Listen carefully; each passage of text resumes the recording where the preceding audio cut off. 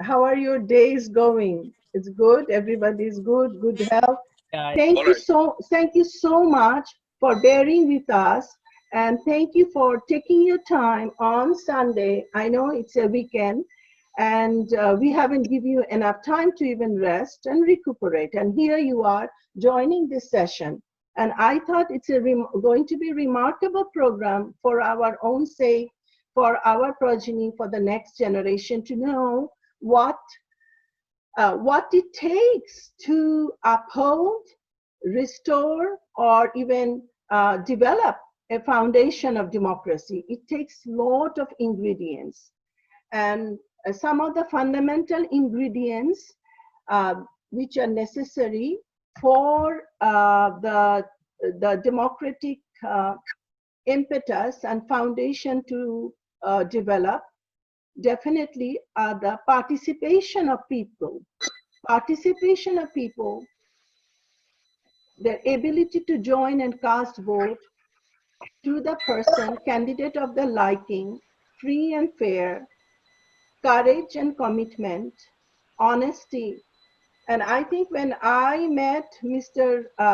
Qasuri, I felt that it is amazing that he was barely 30 years of age then in 1970. Um, he had shown all of those elements to stand up, even speak up truth to power. And it took a lot of guts and courage. He even faced death threats, and etc. So we are starting with short PowerPoint presentation highlighting Mr. Kasuri's achievements, and then I will give the floor to Mr. Kasuri, and from then you will have opportunity to ask him question and answers. Background and education. Ahmad Raza Khan Qasuri hails from a prominent family of Pakistan. Born in 1940, he was educated at Central Model School, Lahore, and the Government College, Lahore. He has a master's degree in law from the University of Cambridge, UK, and rose to prominence in both law and politics. He is the founding father of Pakistan Constitution 1973 and considered to be one of the best legal minds of Pakistan. He was given a unique position in the history of Pakistan as he opened up and wound up the debate on the said constitution to uphold democracy and the rule of law on behalf of the combined opposition of the country. Legal career. He is a senior attorney at the Supreme Court of Pakistan and also the chairman of the nationally reputed Qasuri Law Associates since 1967, a legal firm which deals with civil, criminal, constitutional, tax, corporate, and immigration law. He has conducted many cases of national legal importance, which have been reported in the law journals, namely Pakistan Legal Decision, Supreme Court Monthly Review, and Pakistan Criminal Law Journal. He conducted many lawsuits of great national public importance. Among them is the case of Mr. Justice Sajjad Ali Shah, former Chief Justice of Pakistan, whom he defended in year 1998 when he was removed from the office of the Chief Justice of Pakistan by the full court of Supreme Court of Pakistan. He represented President of Pakistan and Federation of Pakistan in a famous constitutional dispute between the President and Chief Justice of Pakistan, Mr. Justice Idhar Muhammad Chaudhry, in July 2007. Political career. He began his political career in 1963 when he raised his voice as a student leader against a draconian law called University Ordinance, enacted by General Ayub Khan, the then President of Pakistan. Pakistan People's Party was born on 1st of December 1967 out of Mr. Qasuri's house. He was among the 7 leaders of Pakistan People's Party who were detained on the Defense of Pakistan rules in November 1967 by Ayub Khan. After their detention, a countrywide civil disobedience movement started against the President of Pakistan, and eventually his dictatorial regime was dislodged and crumbled in 1969. Mr. Qasuri was elected as the youngest member of the National Assembly of Pakistan on December 7, 1970. At present, Mr. Qasuri is the Senior Vice President of All Pakistan Muslim League, APML. Political stance and sacrifice for democracy.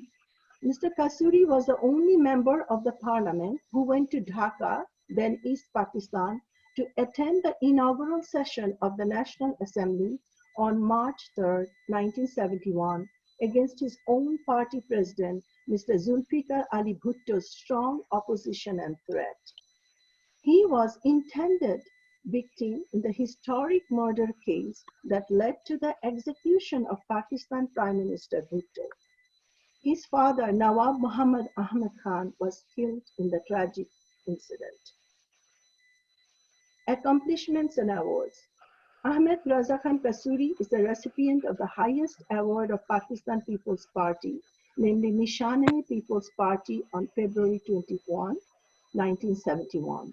Mr. Qasuri represented Pakistan Parliament in a session convened by International Parliamentary Union at Mexico City in April 1976. He also represented Pakistan in the United Nations General Assembly in 2007. He had the unique honor to address the UN General Assembly session on behalf of Pakistan. Mr. Qasuri has spanned a remarkable time and era. His struggle and triumph in the widely acclaimed book Idhar Hum Udhar Tum. Idhar Hum Udhar Tum, that's the Idhar Hum Udhar Tum. Yes. And next slide, please. Mr. Qasuri addressing the United Nations General Assembly. Next slide. And the next slide, please. The young Mr. Qasuri. And these are the letters of Zulfikar Ali Bhutto to Mr. Qasuri written in 1967, 21st March 1967. And here is another letter written on October that I think he has written something like, "Thank you for your letter of 5th October. I am glad to learn from it that you continue to do your work most diligently. It makes me feel very happy when I see you working for the party in this spirited fashion." So the letter goes on, but it shows his also affinity with Bhutto.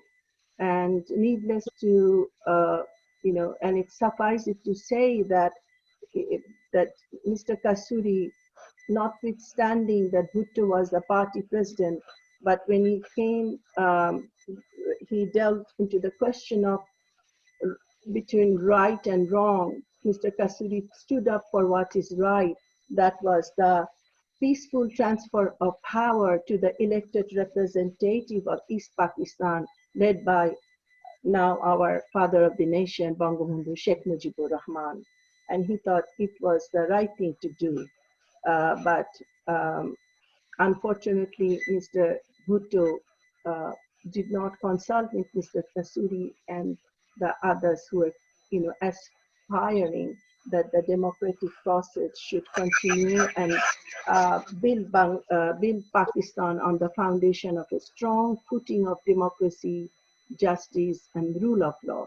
So without further ado, I would invite Mr. Qasuri to take the floor and please share your remarkable journey and especially what inspired you to write your book and the key points that has really inspired you. What were the main ingredients, the impetus that really charged you, gave you this courage to risk even your life to uphold and at least stand up for democracy?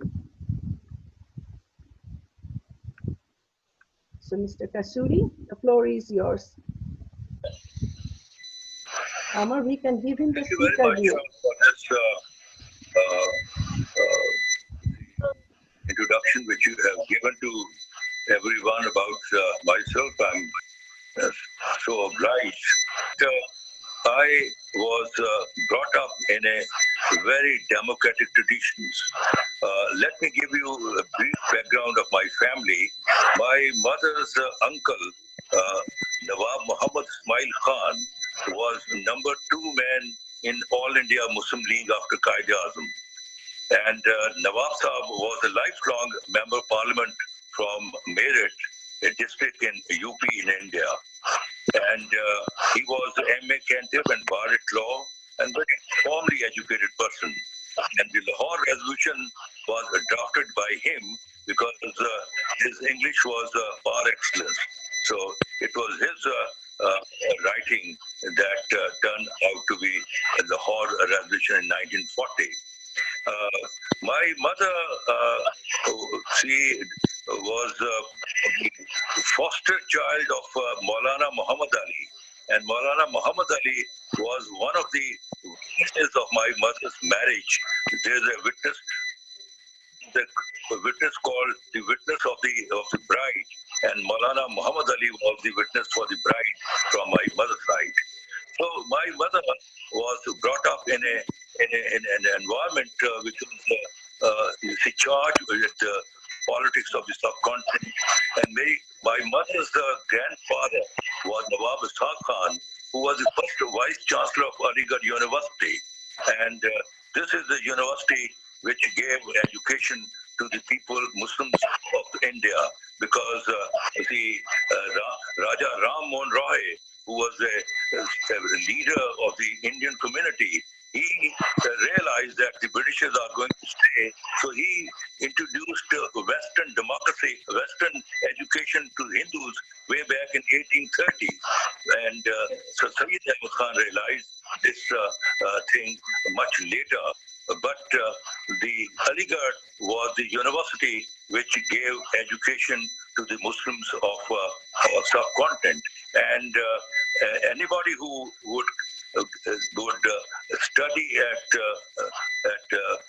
Aligarh would have a print of on his personality of Aligarh, whether he was Abdurrahman Nishta from Frontier, Bahadur Yar Jung from Hyderabad, Dakkan, or ATM Mustafa from Bengal, or AK Fazl Haq Sher Bengal from Bengal.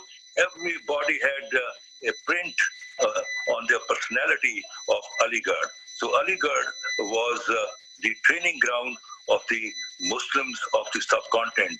And my mother's grandfather was the first vice chancellor, and he was a very rich fellow. He was a judge of the Awadh High Court way back in 1898, when anybody would get recruited as a Havaldar in the East India Company. There used to be news in every district that so and so has been recruited as a Havaldar in East India Company, and in that background, he was a judge of the Awadh High Court. And Motilal Nehru, Jawaharlal Nehru fathers used to appear before him. And his father was Nawab Mustafa Khan Sheftar. He was a grand father of my mother. Nawab Mustafa Khan Sheftar was one of the most literary person of the subcontinent. Ghalib said, I never recited any of my poem publicly unless I got it corrected by Nawab Sheftar. So that's the background, and from my father's side, we were the rulers of Kasur during Mughal period. We are basically Afghans. We are not Punjabis. We are Afghan who settled in Punjab. That's my background, and my mother was very keen because she was brought up in a very charged political environment of her family. So she desired that one of her sons should go into the public life. Although my brothers were in civil service, in the army, and various other places, but she picked me up to to to fulfill her desire, and I started my public career as a student leader. I was the president of West Pakistan Student League, and in that capacity, I used to travel with Mahatma Jinnah, and she was contesting a presidential election against Yukon, and in that campaign, I was to be part of her entourage, and I would go everywhere with her. So I started my career at a very young age, and that was probably the prayers of my mother. I'm basically a Democrat. I am of the view that you can't run democracy in any society or any country unless you have a democratic culture to support that system. But unfortunately, we inherited the agriculture which we could not see organize, but culture, the political culture, we never adopted. And that's why democracy, we only gave a lip service. And one of the principle of democracy is that the democratic culture is tolerance and patience. A country which is devoid, or a society which is devoid of tolerance and patience, it can run all the systems of the government, but not democracy, because tolerance and patience is the sine qua non of democracy. And then democracy is a government of 51 over 49. And that's what I told Mr. Bhutto when Mr. Bhutto made his statement while addressing about 2 lakh people in Lahore, that whosoever would go to Dhaka, his legs would be broken, and that whosoever would be going to Dhaka, he would be going on a single fare, meaning thereby he would not return in a single piece. Going to Dhaka means going to the parliament, because at that time, the seat of parliament was Dhaka, and seat of government of Pakistan was Islamabad, as it is today. So going to Dhaka means going to the parliament. I was the only member from West Pakistan who, on the call of my conscience, went to Dhaka and registered my presence with the history of this country. Because if that session would have taken place, and if we would have given a fair display of democratic tradition and handed over power to Sheikh Mujibur Rahman, who had a massive majority, I think Pakistan would have survived, because Yahya Khan held election under the LFO, Legal Framework Order, and under that order, the total seats which were given to the National Assembly was 300.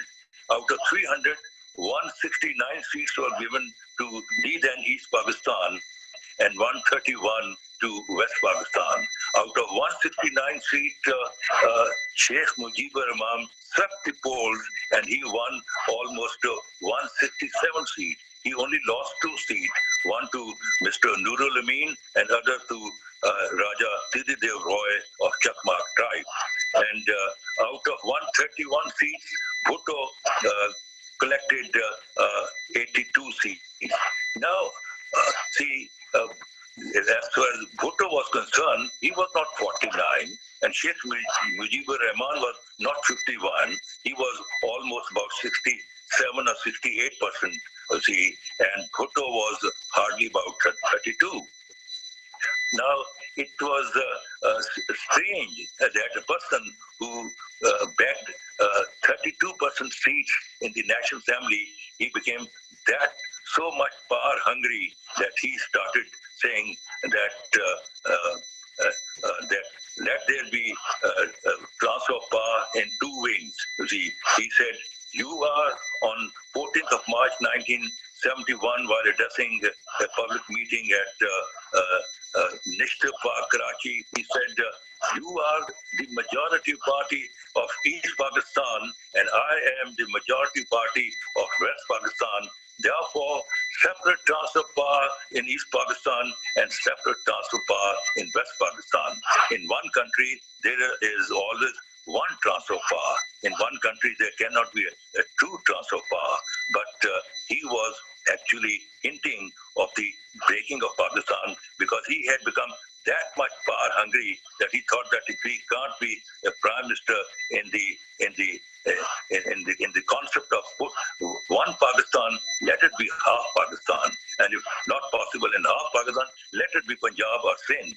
So he was power hungry, and in order to get power at all cost, he was the person who was responsible for breaking of the country.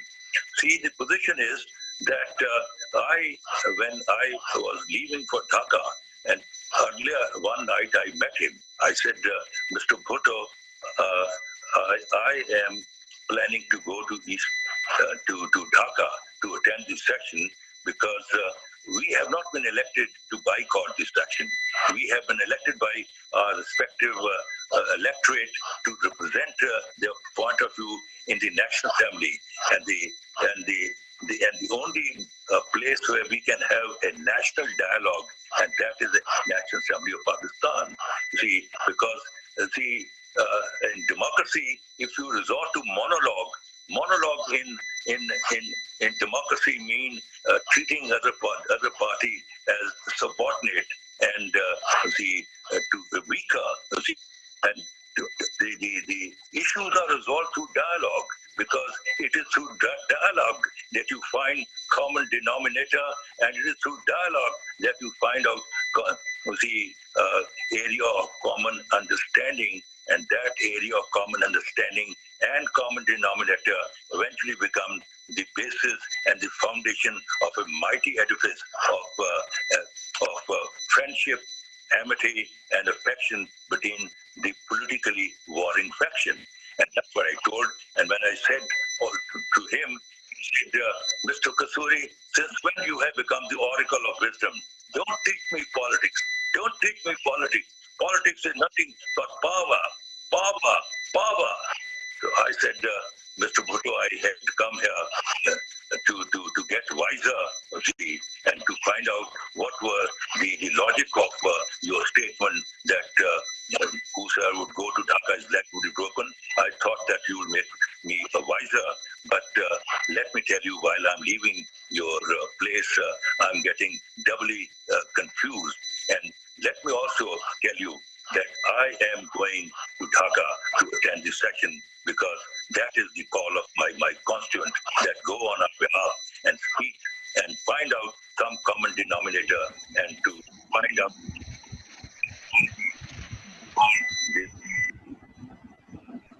that if we would have gone and attended this session, and if that session would have taken place, Pakistan would have survived, because I'm sure the Mujibur Rahman would have liked to be the Prime Minister of Pakistan, and if the house was that all the resources are being spent on Pakistan to build up the eastern wing of Pakistan. And let me tell you that in the making of Pakistan, Bengalis have the main role. See, actually, if you look at the history, the East India Company did not take the right of collection of the revenue from Punjab or UP or CP, but they had chosen Bengal, because Bengal was the richest province of the subcontinent. But when the British left, it was the poorest province of the subcontinent, and they looted the wealth of Bengal, and the industrial revolution of England was greased with the wealth of Bengal. And when they were about to enter into the First World War, and they knew that the Hindus for Hindus sacrilegious to cross the sea. They were not heavily leaning on the Muslim support, so they organized that is called Hunter Commission. Now, this Hunter was an ISIS officer who conducted a commission, and he found out the grounds of the Bengali Muslim, that they were badly dealt by the British Raj, and gave some way out. Now, that commission report was published in the shape of a book, which is called, the name of the book is Indian Musalman.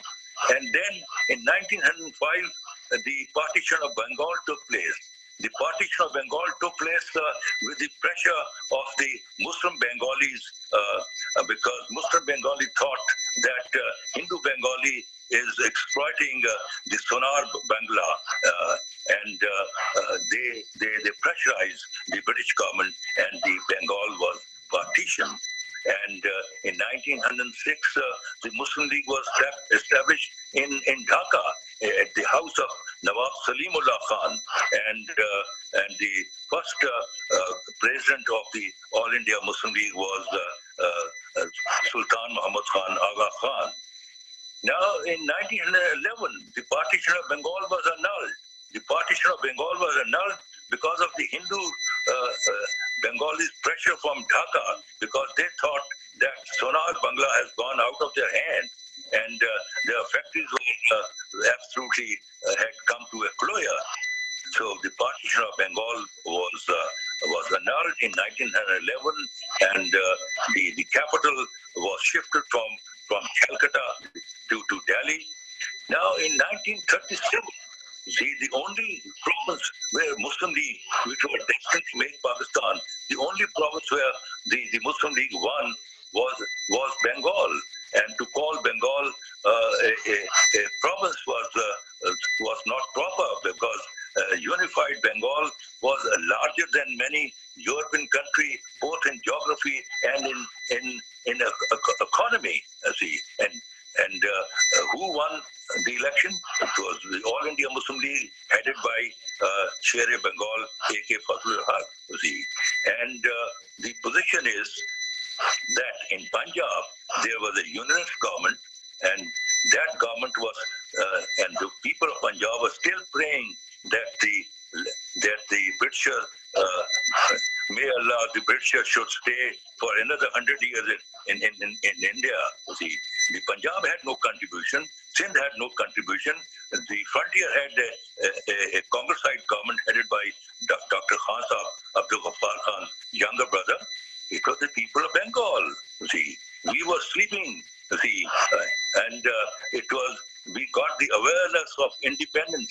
We got the smell of independence from Bengal. See, and I tell you, when I visited Bengal and when I held a press conference in the press club, see, there was a box news that Mr. Qasuri came and he made the press club a working place, because it was closed, because there was nothing to be heard in Dhaka.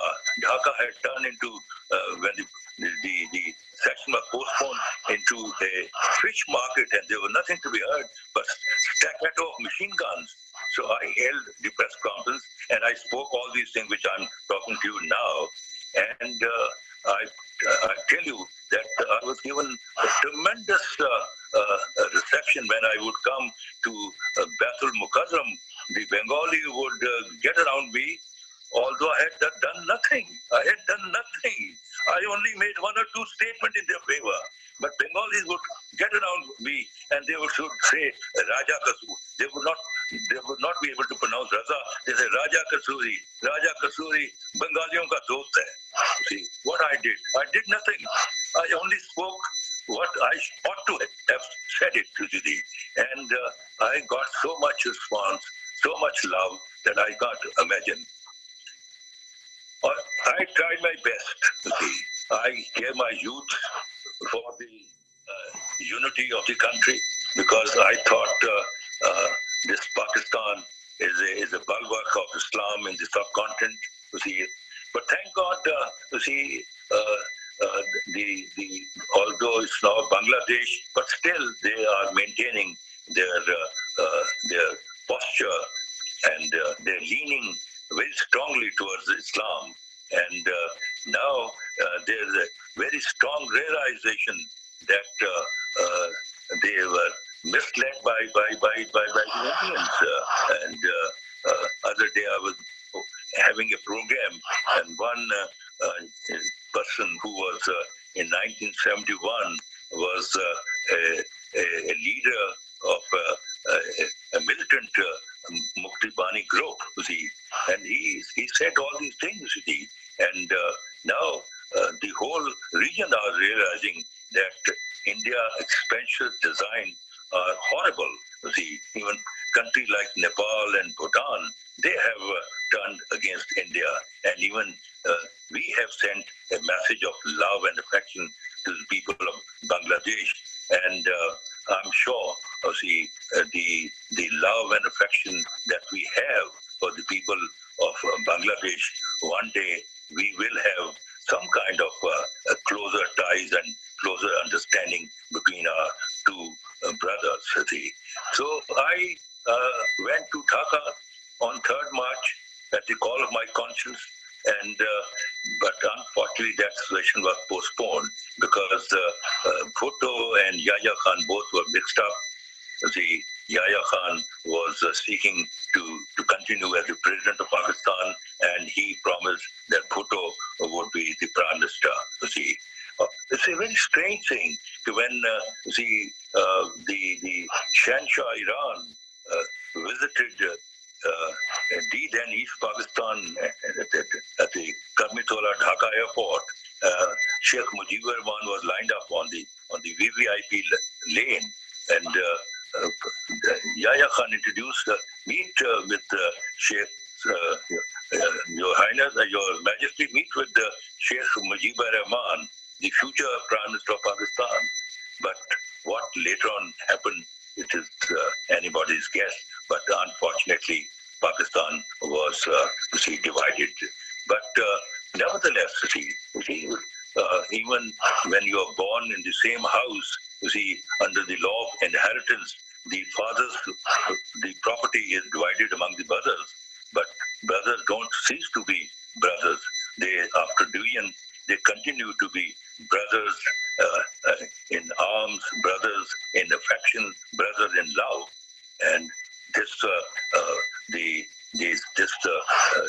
Bangladesh, which came into being on the 16th of December 1971, we have got a brotherly relation, and only recently the government of Pakistan has sent a message of love and affection, and I'm sure if they send me to Dhaka, I'm sure I can play a very, very important and very effective role in bringing the two brothers together. Because brothers are always brothers, whether they oppose each other on the division of their father's wealth or for any other reason, but they are brothers. And some senior, some sensible person of family has to come forward and to play a role of a matchmaker. And I'll be too happy to play the role of a matchmaker between the Bangladesh and Pakistan, and so that both brothers who were brothers in arm only yesterday, let them be brothers in love and affection.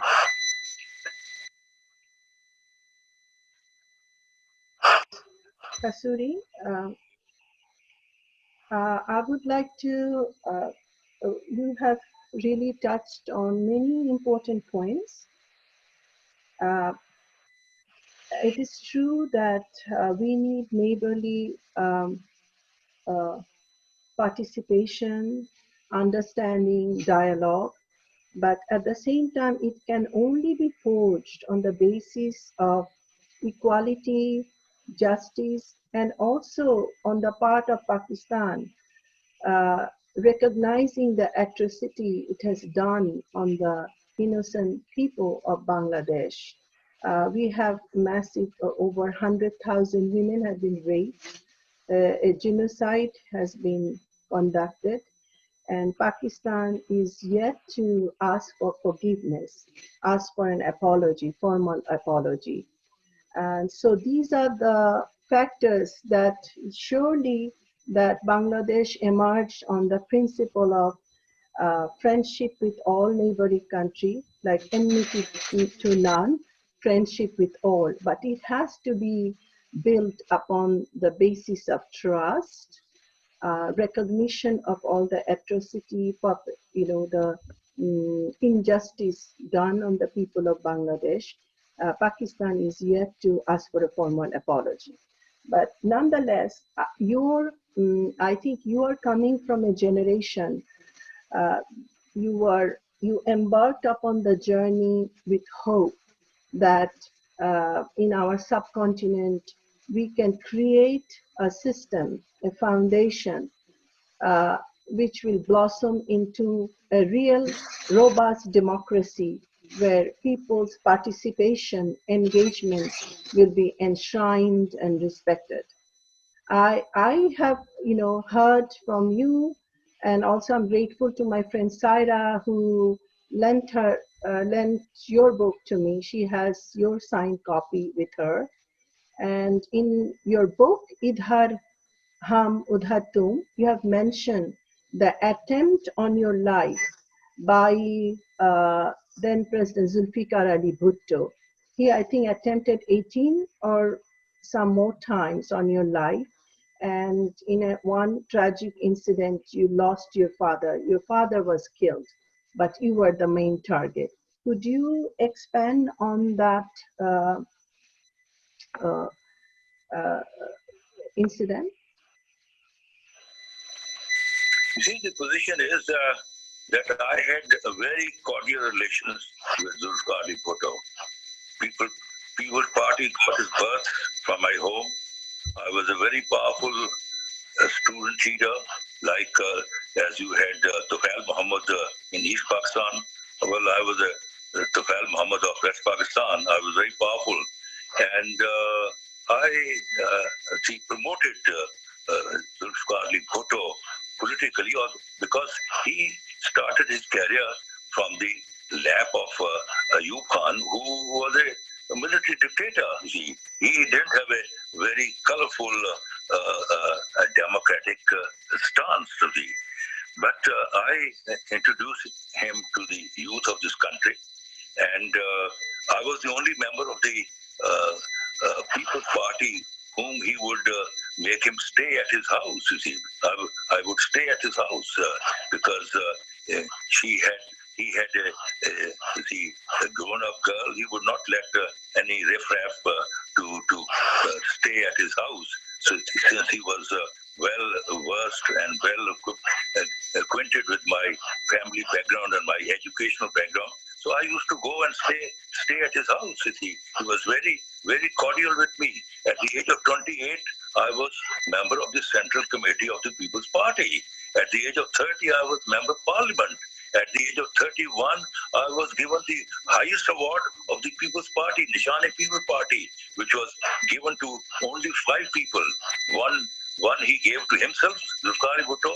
The second one he gave to Mir Rasul Baksh Talpur, who later on became the governor and the chief minister of Hussein. And third, he gave to Hayat Mohammad Khan Sherpao, who later on became the governor of KPK. And fourth one, he gave to Mehraj Mohammad Khan, who was his federal minister in his first cabinet. And the fifth one, he gave it to me. If I would have not taken a stance, which I took very aggressively, and I went to Dhaka against his dictates of his policy. And according to him, I lifted the banner of a revolt, and I became a traitor of the party.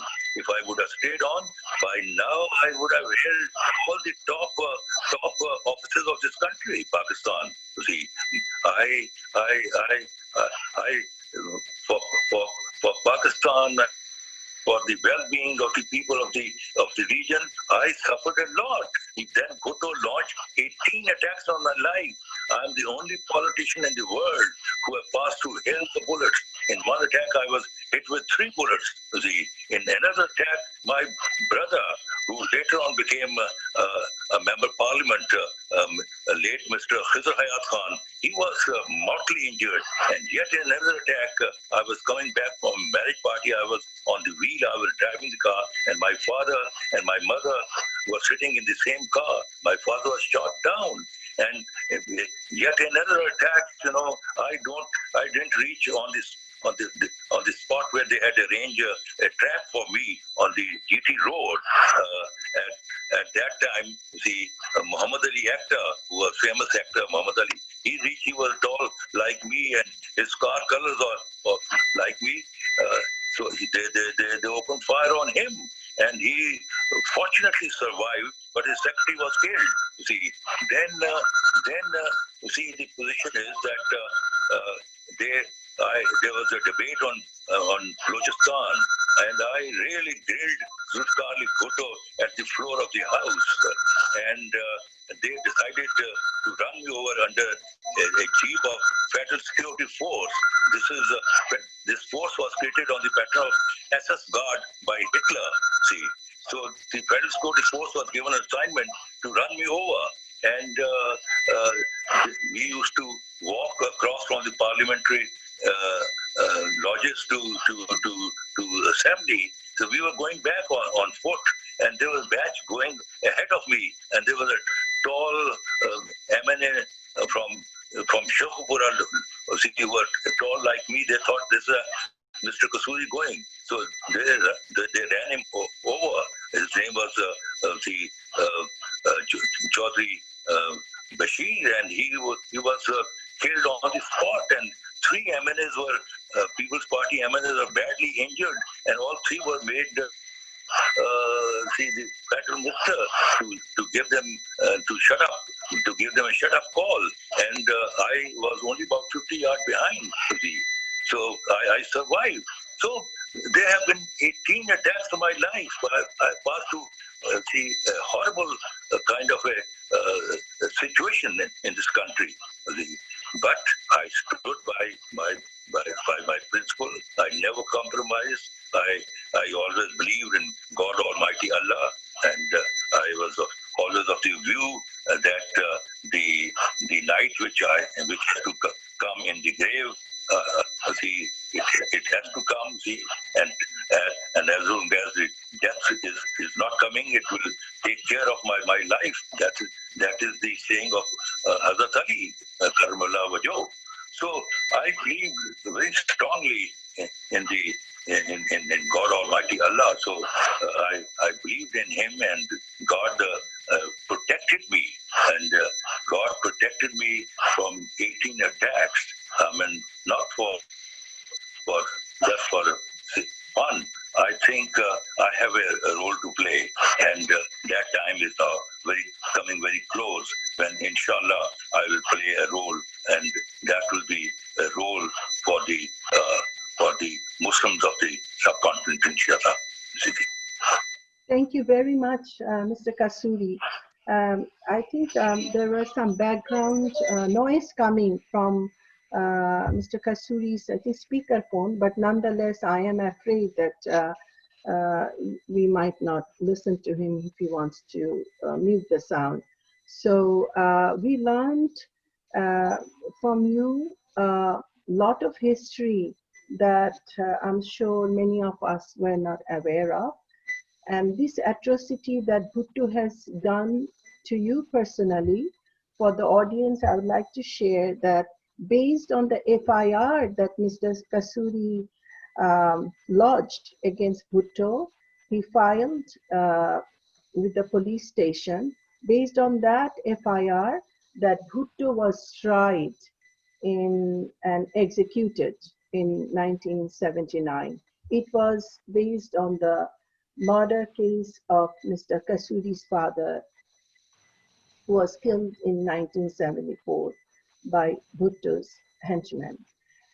And as far as the friendship and understanding between the regional cooperation are concerned, that Bangladesh is open for friendship. Bangladesh has prospered since our independence, but Bangladesh, and especially women, they demand a formal apology from the government of Pakistan for the genocide and atrocities done on millions of people, and especially our sisters. So based on that one can move forward. I mean, we cannot just band-aid on the wound. The wound needs to be healed. And the first step of healing, first step of moving forward, forgiveness, is recognition, apology, and then people can move forward. So I would like to, at this point, without further ado, would like to open the floor to the viewers and audience that if you have any question for Mr. Qasuri. Mr. Qasuri, do you think Yeah. that, Mr. Qasuri, do you think that the conspiracy of Pakistan behind the murder of Bangabandhu? I couldn't get your question. Sultana, are you speaking? I couldn't get your Hello? question. Could you speak louder? Hello? Do you think that the Yes, I think conspiracy of Pakistan speak louder. behind for the murder of Bangabandhu? Hello? Murder of? Oh, Bangabandhu, Bangabandhu. Sheikh Mujibur Rahman. Sultana Akhtar asked that if do you think that Pakistan, conspired, is behind the murder of our father of the nation, Bangabandhu Sheikh Bangabandhu, Sheikh Mujibur Rahman. Sheikh Mujibur Rahman. That murder was committed by Captain Colonel Rahman, who was commanding a cavalry regiment in Bangladesh Army, and you had received some tanks from United States. So he had a test exercise at the house of Bangla Bandhu. See, that was your internal matter. See, I mean, if he had any conspiracy, why would the Pakistan would let him go out of Pakistan? He was detained in Pakistan, but he was sent very honorably to London, and from London he flew to Bangladesh. See, I think this is once again an Indian conspiracy, an Indian propaganda, and I shun it. This propaganda. Pakistan has got nothing to do with it. Okay, and I think let's also, based on what he has shared with us, do you have any other comments and questions for Mr. Qasuri? Harun, you want to say something? I'm really interested to read his book, like Idhar Hum Udhar Tum. Is it written in Urdu, or is there any English version of the book?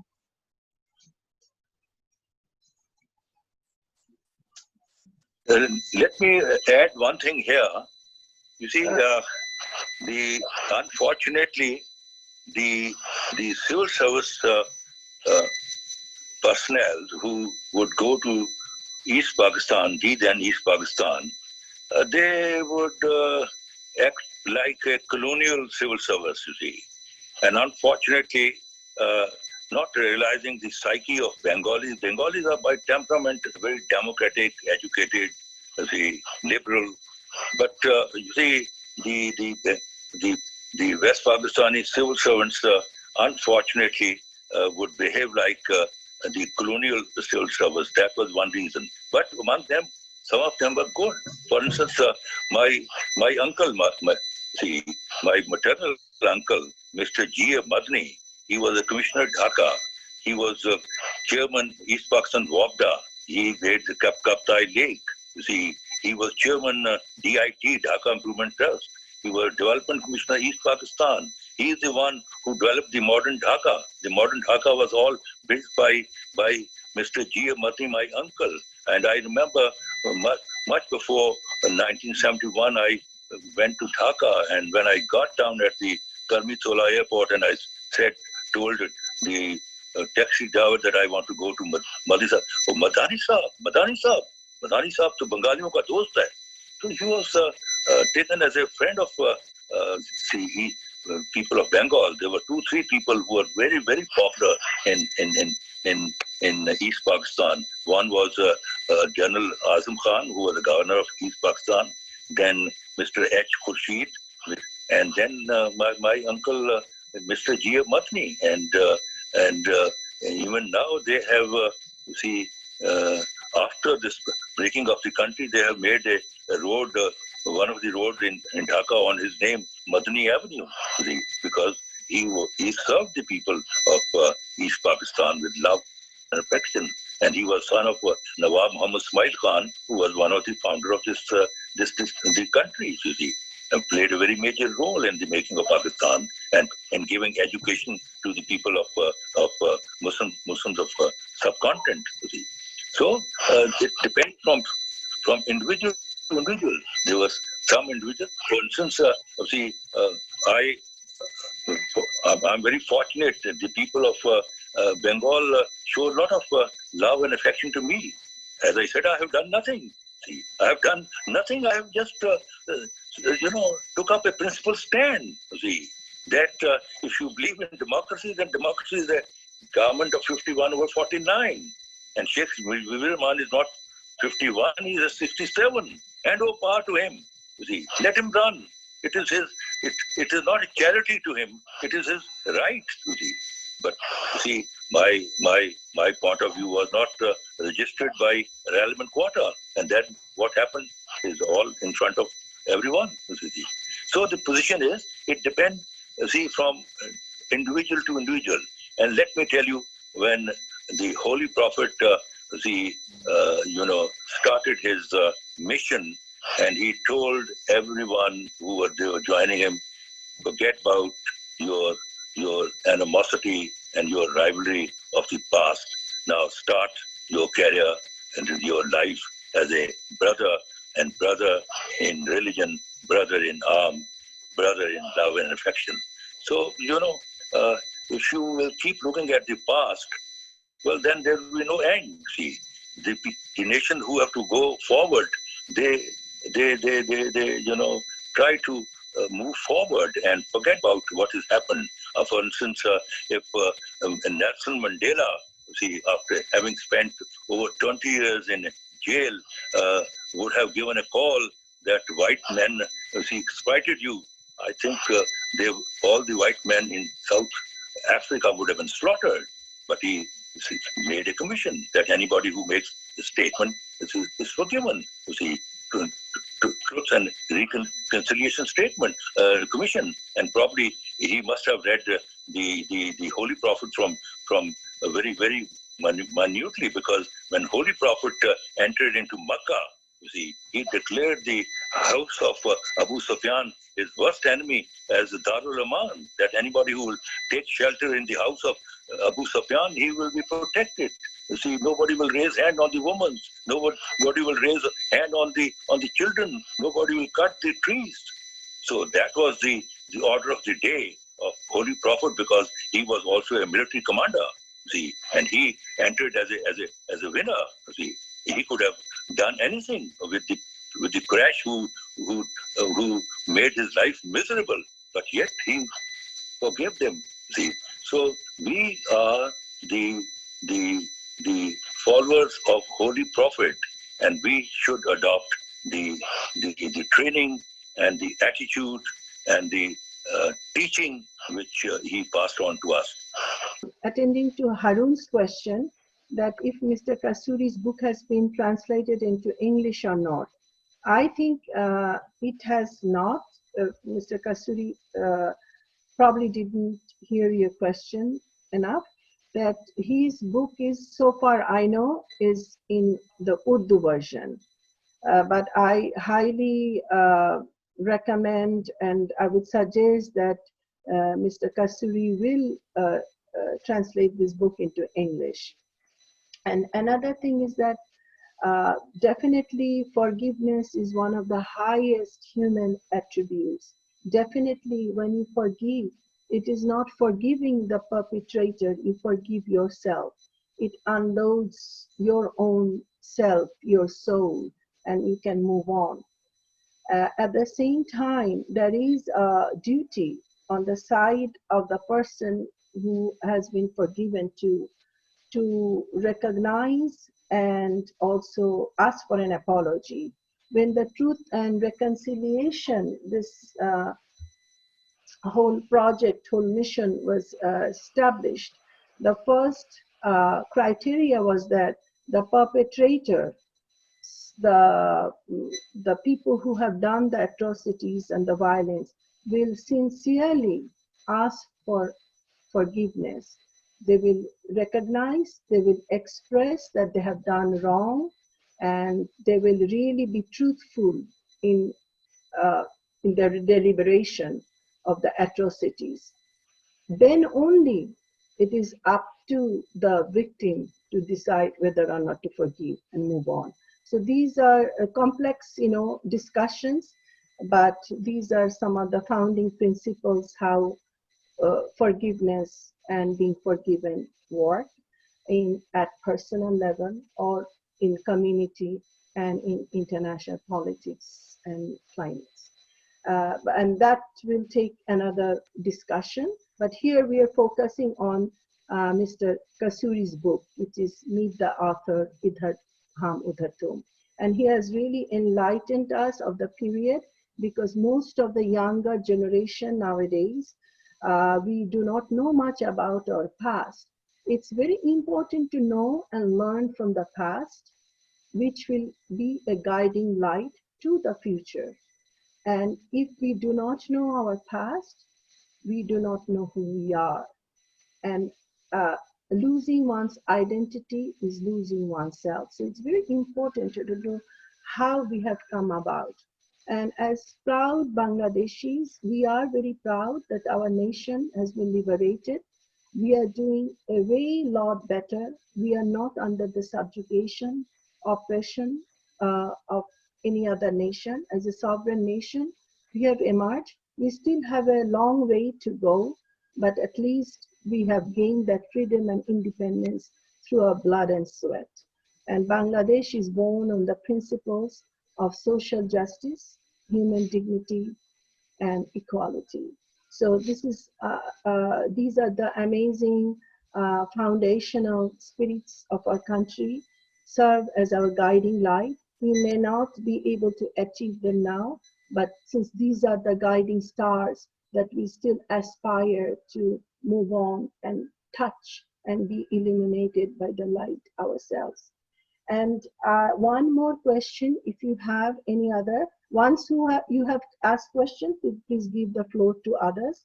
So anyone else would like to ask any question to Mr. Qasuri? Assalamu alaikum.